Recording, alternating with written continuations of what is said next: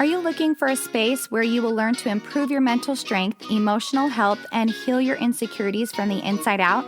Take the first step to living a more meaningful life with the Better Me with Body by Bree podcast. I'm your host, Bree.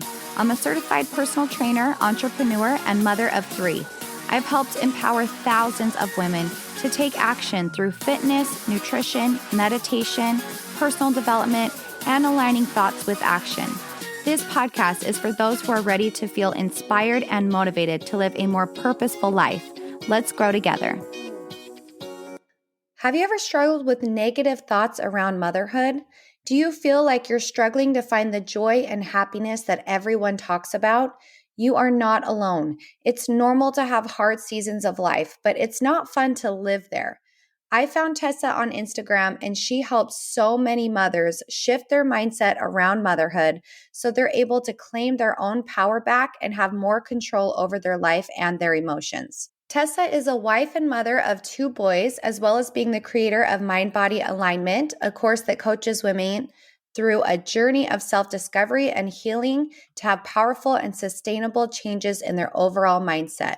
She feels strongly that you do not control your circumstances, but you do control what you think about them, and controlling your mindset is an incredible way to navigate your circumstances. In this podcast episode, you'll learn how to shift your mindset when common negative thoughts arise, the power you have over your own thoughts and emotions, and how you can thrive in motherhood and enjoy the journey. Let's get started. Welcome to the podcast, Tessa. I'm so excited you're here.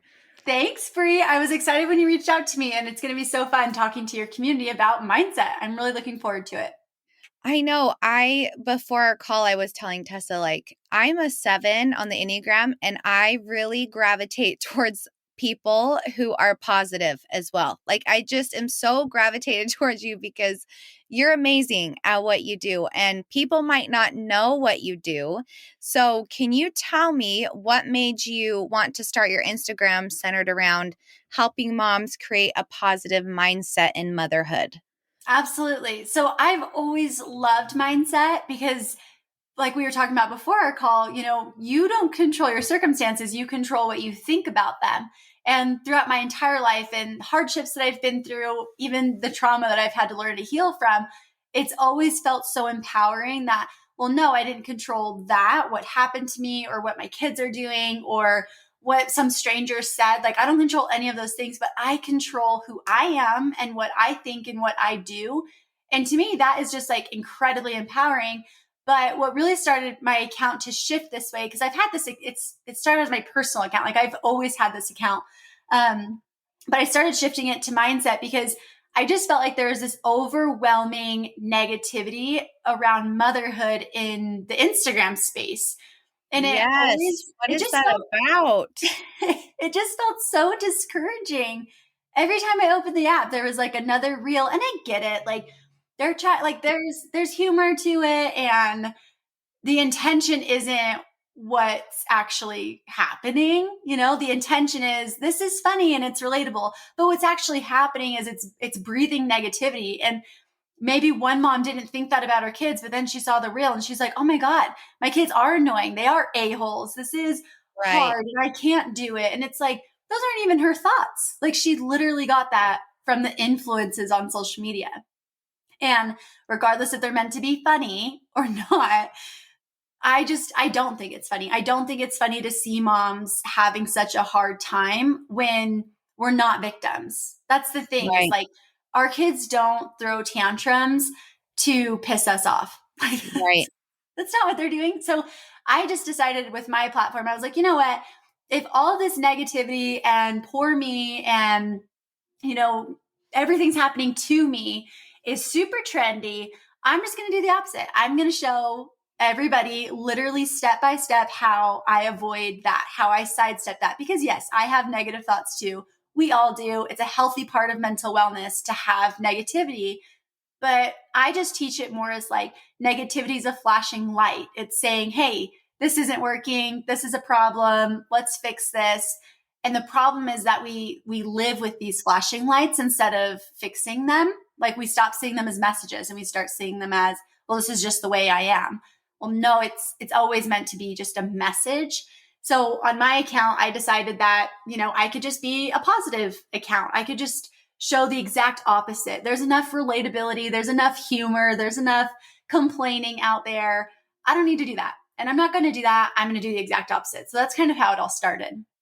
Well, and I think that's why it is such a breath of fresh air because it's so polarized opposite of what you see every day and it kind Mhm. of gets old. It does. Like it's like enough. Like let's find the joy. Like this is your situation. This Mhm. is what it's happening whether you like it or not. So Yeah. let's make it positive, like let's shift the lens through which we see. And I think that's why your account has I just looked at it the other day. I was like, "Whoa, like, holy moly, she grew so fast because I think like deep inside us, women want that. They want to see the light. They want to see the hope. They want to feel, positive in motherhood. And that's what they're Mhm. kind of looking for. And so I think it's just amazing what you're doing. It's Thank so good. you. Thank you. It's And so I agree. Like, I don't think we want to not enjoy our lives. I don't think we want to spend the next 18 years with our kids in our homes, hating every second and dreading it and complaining. Like, I don't think anybody wants that. I just think people don't know how to do it differently. And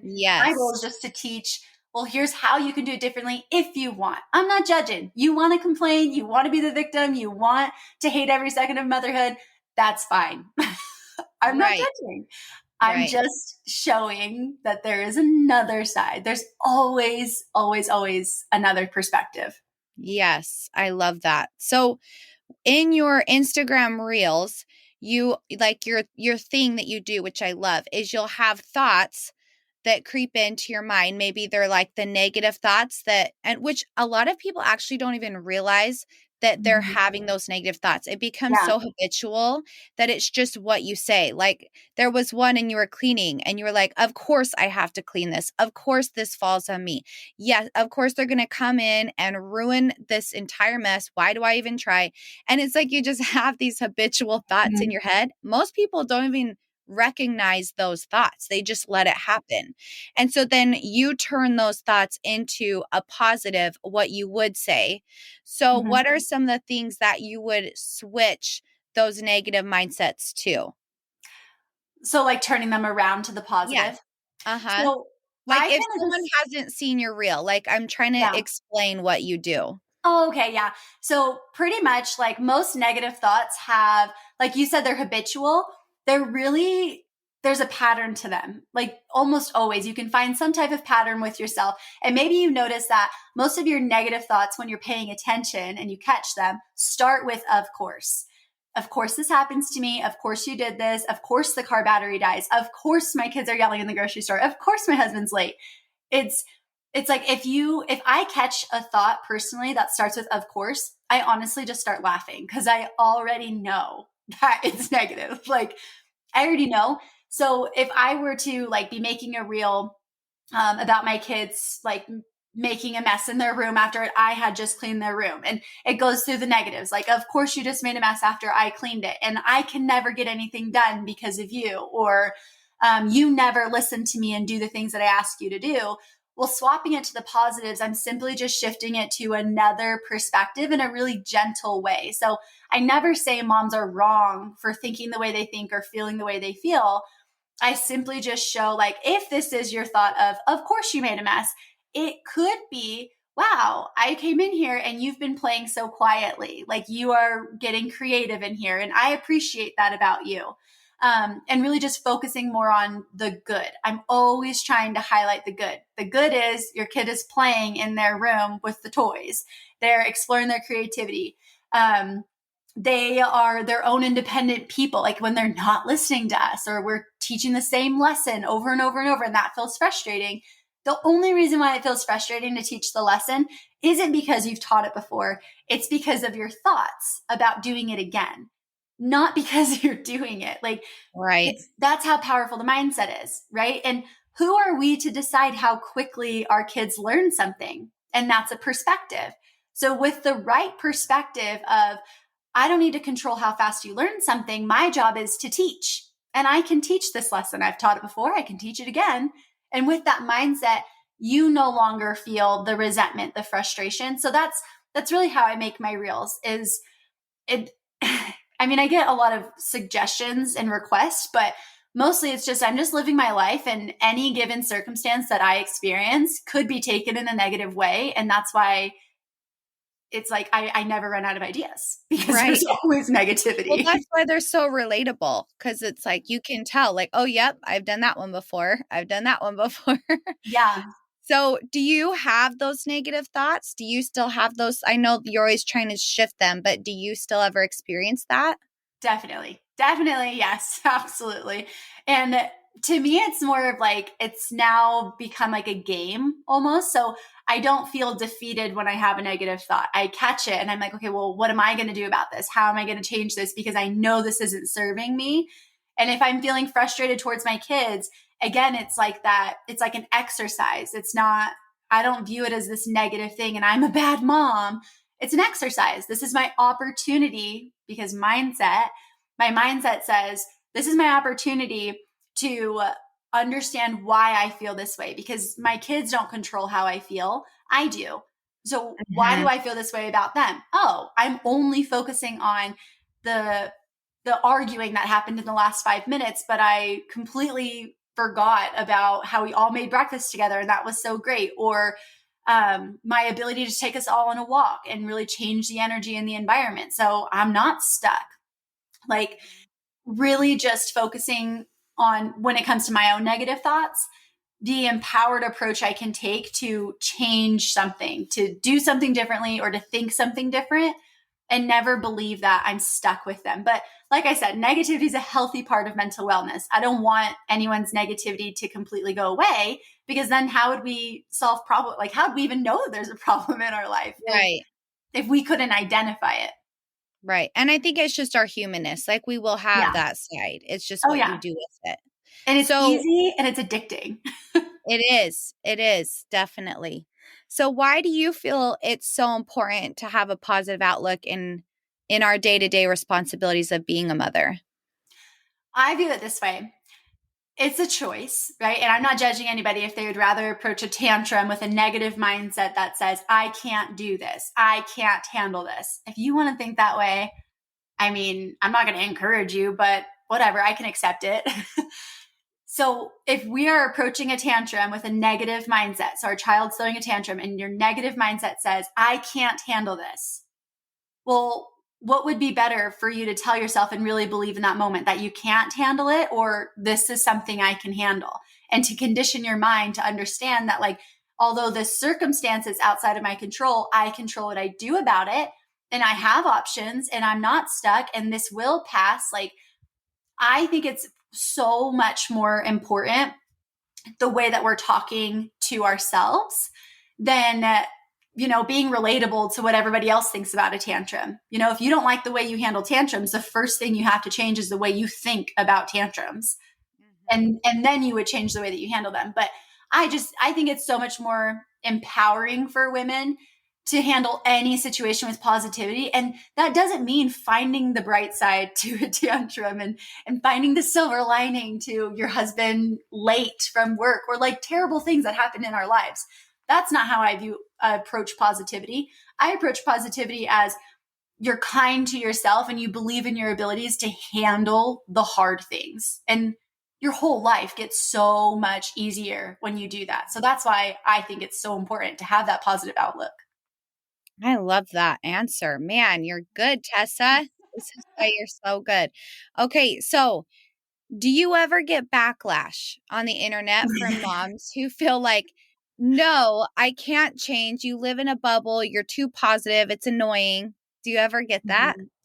Yeah. So I actually have a long list of people that I've blocked on social media Like, why because would they keep following you then if I they're gonna know, just say mean things? That I bugs know. me. I seriously, that I don't get it. Like, I don't I either. honestly believe that if someone continues to follow me after they feel extremely frustrated by my content and they lash out on me, they're addicted to their own stress, right? They're like, Yes. and I am their source of getting that fix, even though I don't know this person. I definitely don't create my content with them in mind. Like, Right. it has nothing to do with me. It has everything to do with them. So if I ever experience backlash, I know that hurt people hurt people. And like you mentioned, nobody wants to feel that way in their daily life. Nobody wants to feel out of control and like we have no power and no say and we're the victims. Like, I mean, when you say it out loud, nobody wants that. Yet, so many people live this way. So when I'm showing the other side, yeah, that can feel really frustrating Mm-hmm. to look at and hear and see someone else living in a way that maybe you want to live. And I've experienced those feelings too, for sure. I mean, you could even relate that to fitness. Like you feel frustrated by seeing someone else reach their fitness goals because that's what you want. Well, Right. that has nothing to do with that person. It has everything to do with you. Right. Yes. So personally, if someone is just completely unkind, I block people. That's the best way for Mhm. me to handle it, because I know that it's not my job to change their mind, and I'm not going to waste my energy trying to do so when they're just, again, addicted to their own stress and they're just Yes. looking for that fix. I am not the source of their fix. I'm not a drug dealer, so sorry. Yes. Well, and like the reason why I bring this up is because I've seen this so many times in my life where if somebody feels uncomfortable by someone else excelling or being Mm-hmm. successful, or in your case, being positive, it, I believe, is a mirror on Yes. everything that they're not doing. And when Mm-hmm. they're not willing to change, they just get angry about it. And Yeah. so like if this sets you off, if you're a mom and this sets you off, or you're like, well, of course she can be positive, look at her, she's cute, she's fit, she has beautiful children, she probably has a loving husband, she doesn't even have any trials in her life, like, Mm-hmm. like what would you say to someone if they're like, she, everything works out for her, of course she's can be positive, she doesn't know what I've gone through. Yeah. I personally don't say anything to them. Like, again, I know no matter if I say, well, I actually grew up with a pedophile and my dad died when I was 6 years old and I woke up to that in the morning. Like, I have varicose veins and a vulva varicosity during my pregnancies. Like, I, I have terrible family relationships and some dynamics, like with family members. So I know that it's not a competition of hardship. I know that. Yes. So if someone really thinks like, well, she just has it so easy because XYZ, like come on. It Right. it's not like that for anybody. We all have our trials, we all have our hardship, and I believe that all hard is valid and nobody wins when it's a competition. You don't feel better by trying to make someone else feel like they have it so easy and have nothing to complain about, right? And you don't Right. feel better if someone else tries to paint you in that way. So personally, I don't explain myself to anyone because it's more about my relationship with myself is what I've learned. Like I used to try and seek so much validation from social media before I started doing mindset swaps and really finding like my groove here. It was like never enough. And now I'm like, I don't care. I know who I am. I know that I'm doing this in an act of service because I care and I have great intentions. And I don't need everyone and their mom to like me or approve of me or share my content to know that it's valuable. Like Yes. I'm doing good work and that's what matters to me.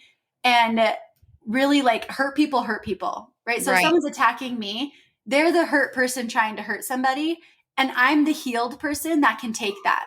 Mm. Go ahead. Say what you're going to say. I can heal whatever you throw at me because I know how. You don't know how to heal your hurt. And that Mhm. sucks. Like I have so much empathy for them because I also know what it's like to not know what to do with your hurt. So then Mhm. you project it, but Bree, like you were saying, it's this mirror, and that's not just true with insecurity. Like the way we view other people is always a perception of how we view ourselves. So if we're seeing Yes. the best in people, we're conditioned to see the best in ourselves. If we're seeing the worst in people, we're conditioned to see the worst in ourselves. Like, so yeah, it's a mirror, it's a perception, and it goes both ways. So if you start healing the relationship with yourself, you will have more empathy for other people, regardless of how they treat you, because you don't control that part. Yes. It's so funny that you say that because talking about mindset shift, I Mm-hmm. have one friend, and every single person that she comes across, it's like, oh my gosh, look how cute they are. Look how good they're doing their business. Oh, I'm so Mm-hmm. proud of them. Look how amazing they are. And then Yeah. And then I have another friend, and everyone they see, they're like, "Oh, that is so annoying." Like, of course, they just think that they're doing so well. Like, they just have to rub it in our face, and it's like the same person. Yeah. And it's just funny how that's how they see themselves. It's so true. Mhm. It's just a reflection of how you are feeling about yourself is how you see other people. So I love how you touch on that mental shift. Yeah. So I have to tell you, congratulations on Thank your you. pregnancy. Um, I was reading, so if you guys don't know, Tessa's pregnant with her third baby, which is your rainbow baby, That's right? right. That's And right. you're pretty open about that fact that this is your rainbow baby. And I was Yeah. reading some of the questions that people were asking, like, hey, are you nervous to have a third? Like, do you have Yeah. any fears, that maybe what if you miscarry again? And I Mhm. was just taken back by your answers because I was like, man, so many women could benefit from hearing, like, you're just so wise. So can you share Yeah. how you feel about that whole situation? I know I have a lot of my friends who have recently miscarried as well. And so I think it just would help a lot of moms to hear. Yeah. And I honestly wish someone would have had this perspective when I was going through my miscarriage and moving on. But like, I've never heard it from someone else. Like, and that's the thing, like, we have the answers we need within us. It's just a matter of healing and vulnerability and really feeling your way through things and taking that full ownership of yourself instead of letting other influences tell you what to think about your experiences. So first of all, with the miscarriage, I didn't want that to happen. I don't think anyone says like I want this miscarriage to happen, you know. So I didn't want that to happen. That happened in October, completely caught me off guard. We had already been trying for several months to conceive, which again was a trial that I didn't experience with my first two. So that was already like a mental game because I hadn't been through that. So we already went through this trial of trying for a few months. And then I had my miscarriage. And I was only 4 weeks, but we had told all of our family that Sunday because we were just so excited. So we told all of our family Right. that Sunday, and then I had a miscarriage Monday morning at like 4 in the morning. Sad. Yeah, it was just like right there. And my first thoughts as like I'm having my miscarriage and like my first thoughts were I'm never going to have another baby. I can't trust my body. There's something wrong with my body and my mind was just going wild like with so much negativity that isn't true. It's not true. You know, I could have a miscarriage and still have another baby. I can trust my body because a miscarriage is a sign that my body knows something's going on that I don't know about. So personally, Mhm. I view my miscarriage as like more trust, more faith in my body when honestly, like every other influence that I've heard says that they don't trust their body because of the miscarriage. And I'm like, I view it the opposite personally. This is just my personal, like my Yeah. personal mindset that helps me. And it's okay if you don't think this way, but it totally serves me in my healing to say like this is my chance to strengthen my trust in my body and my relationship and just slow down, take care of it and only focus on my efforts. So that was the second part. When I found out that I was pregnant, I didn't think I was pregnant. I truly still thought that there's something wrong with my body. And I hadn't gotten my period back since the miscarriage. And I was telling my husband, I'm like, there's something wrong. I need to get my hormones tested. I just know there's something wrong. Something's off. And he was like, will you just take a pregnancy test? I'm like, no, I'm not about to spend $15 on a pregnancy test to tell me what I already know. So Yeah. I was like super against it. Anyway, I ended up taking the test and I didn't even look at it. I just put it down before the results came up. And my husband was so excited. And he was like, you're not going to look at it? And I was like, no, I don't want to see the words not pregnant. Like mentally, I don't need that. And he was like, well, can I look at it? And I was like, I don't care. And he was like, really? And I was like, I've looked at every single pregnancy test before Yeah. you. Have at it. Like, go ahead. Yeah. And anyway, so it ended up turning up pregnant. But he told me it was not pregnant. And he was hoping that after he said that, I would go look at the test myself. And all I said was, I know. I already knew I wasn't pregnant. And I just like expected it in that moment. And then a few minutes later, he pretended like he left for work. And then he walked me back to the bathroom after I found out like he's still here. Why is he still here?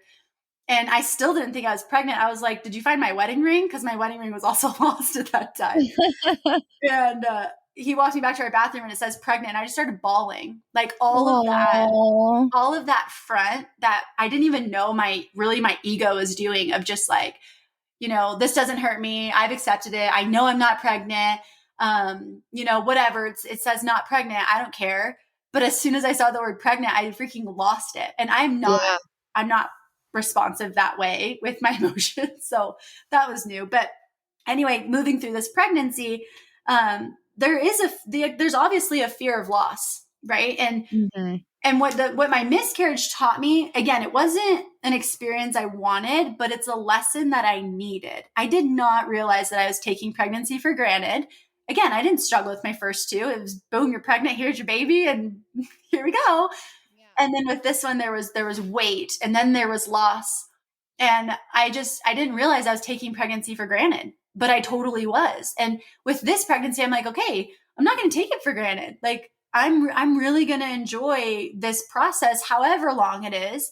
And that was the second part, is like, I realized that I had almost this entitlement of, well, I should get pregnant because I want to be pregnant. Well, no, like that's a wrong thought. That's wrong. So correcting that thought to accept, like, if my body gets pregnant, then yes, I will be pregnant, but I don't control my body. I control my efforts. So this whole pregnancy has just been an emphasis on, my efforts. Like, yeah, I could honestly have a miscarriage tonight. I know that, but I feel so at peace, which I didn't know I could experience, especially quickly. Like, it's only been a few months, but I feel really at peace with whatever happens, because I've gained this understanding of like, I love this baby so much. And I don't have conditions on my love for this baby. So this baby doesn't have to come earthside. It doesn't have to take a single breath. It doesn't have to grow a day more. And I will love it, like unconditional. And the baby that passed, like, I love that baby. And I'm not going to feel like, I mean, I just refuse to put myself through this story of all of the would have beens and could have beens Yeah. and things just out of my control. That's the bottom line, is it's not in my control. I control the story I tell myself. So the story I'm telling myself is, I love this baby. For as long as I have this baby, I will be the best mother to this baby that I possibly can be, because this baby deserves it. And not taking my pregnancy for granted, like I didn't even realize I was doing. So beautiful lessons have come to me because of the experience I didn't want, but it gave me lessons that I didn't even know I needed. And then what's also just really helped me is like that acceptance of like my efforts. Like, I don't control outcomes. I don't control when the baby's going to come, if I go to term or not, if I have a miscarriage or not. I don't control any of that. I just control my efforts. And finding like tremendous peace there has helped me so much, from experiencing the miscarriage, loving my body through that, and trusting my body through that. And I am very fortunate to have gotten pregnant right after my miscarriage. I know people that have had several miscarriages in a row, like, but the circumstance is out of your control. What you think about it is in your control. Yes. So that, like, it honestly, it's not a competition of hardship of, well, who had the most miscarriages, who has it worse, who has it harder. All hard is valid, and nobody feels better putting down someone else's hard. Like, Right. that doesn't help us heal. So anyway, I have gained like tremendous just acceptance and lessons that I didn't know that I needed through experiences that, I mean, I wouldn't choose for myself, but you don't get to pick your experiences. Right. You get dealt the cards and then you decide how to play them. But that's kind of what helped me through the miscarriage, and honestly just feeling accepting and at peace with loss, because I Mm-hmm. don't control it. I mean, I definitely wouldn't choose it for my children, right? Right. So just letting myself have that has helped me a lot. Man, I love hearing how you like looking at a hard thing that happened in your life and how you overcome it. Because I think just seeing it in real time, like, oh, she's Mm-hmm. going through something hard. Like, it's okay that she had these thoughts and look at how she shifted them. That Mm-hmm. helps. That helps so many people. Okay, I have two more questions for you.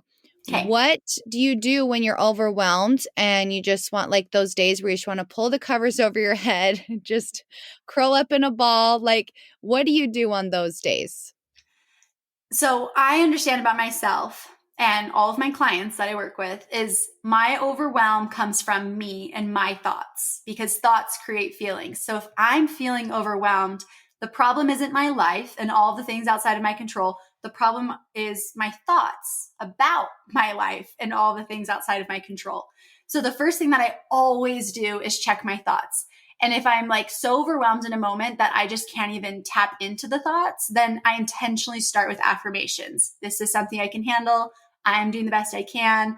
Hard moments, great days, just like anything that I know just helps me feel a little bit more grounded.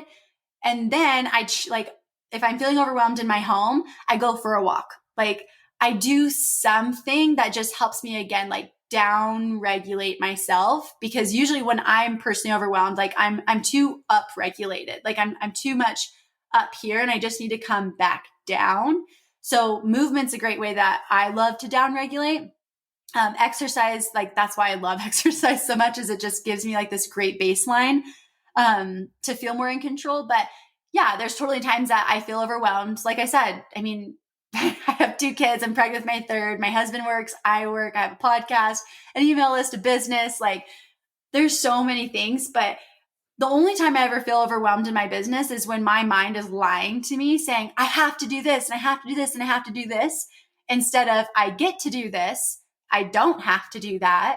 I can pause my podcast for a week. Like nothing's falling apart around Right. me, and like Mhm. just grounding myself. But there are totally times that overwhelm comes in. But once you understand that it's you, it's your thoughts that are doing it, you just feel really empowered to say like, okay, brain, how about a little mind game? How about you stop being the one in control and I start taking over?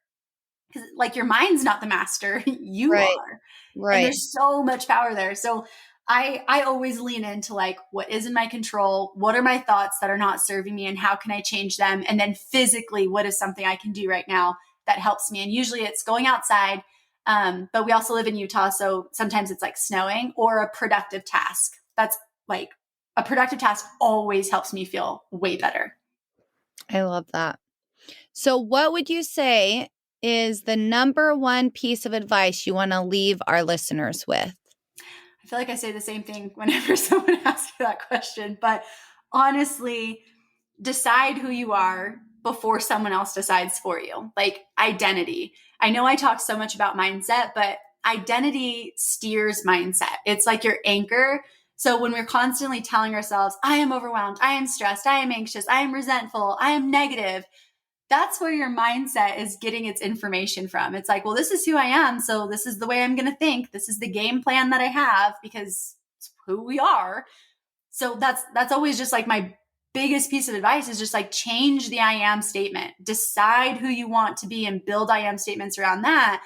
And it makes building a mindset that supports you so much easier because you're changing who you believe you are. Oh, that is so powerful. I'm so glad that you mentioned that. Yeah, it helps a bunch. Man, so many golden nuggets, Tessa. Thank you so much. I Of I course. can't thank you enough. I feel like you are going to help so many women and you already help so many women. I'm just so grateful for you and your message. And I'm excited for your home birth. You're my hero. I I'm am I'm going to super be excited. following along that one and see how it goes. Yeah. Yeah, I did a home birth with my second. Um, Yeah, the true test is if you do it again. Like I that, the know. fact that you want to do it again, I'm like, okay, she really is a superhero. I really do love it. It's so empowering, especially with the right support. Like it really is the best thing. And honestly, it's just this beautiful opportunity to really trust your body, right? And let your body do its job and what you believe it can do. And it is like absolutely a mind. It's all a mind game because your body already knows what to do. It's your Right. mind that needs to shut up. Right. Man, if you guys want to see more of her home birth, she has like a post all about it and she talks all about it. It's super interesting. My friend, one of my really good friends here is getting ready for her home birth too. And I'm like That's so so exciting. fascinated. Yes. She's like, telling me she's gonna do the home birth, and I'm like, oh my gosh, I'm so excited for you. That's gonna be amazing. She's like, would you ever do that? I'm like, no. But the more that I see more women do it, the more I'm like, Mhm. oh, like maybe I could do that. Like Yeah. it's just funny how you just put limits on yourself. Like, oh Oh, yeah. no, I could never do that. And then you start seeing other women do it. You're like, well, maybe. Like, it's so cool. So anyway, Mhm. I'm And really really exercise and nutrition and what you really hit on is the same way. We limit ourselves with our limiting beliefs within yep. our mindset. And it totally messes us up. But once you like break past those, you're like, oh my God, I can do so I much. can do this. Like I'm stronger than I think. Yeah, Mhm. once you break through that plateau, huh? Wow. Well, thank you so much. Can you tell our listeners where they can find you if they want to like learn more from you? Yeah, absolutely. So I have my Instagram account at Tessa Romero _ is my Instagram. I have a podcast called Mind Body Alignment, and I have a coaching program that's 12 weeks long. I coach you through 7 modules that help you with your mindset, but take you through a journey of self discovery and healing to change your mindset instead of just like the surface level stuff. We get really, really deep in there. It's such a beautiful thing. But because I'm pregnant and I'm due in July, I'm only running that course one more time. Enrollment will open for it on March 15th.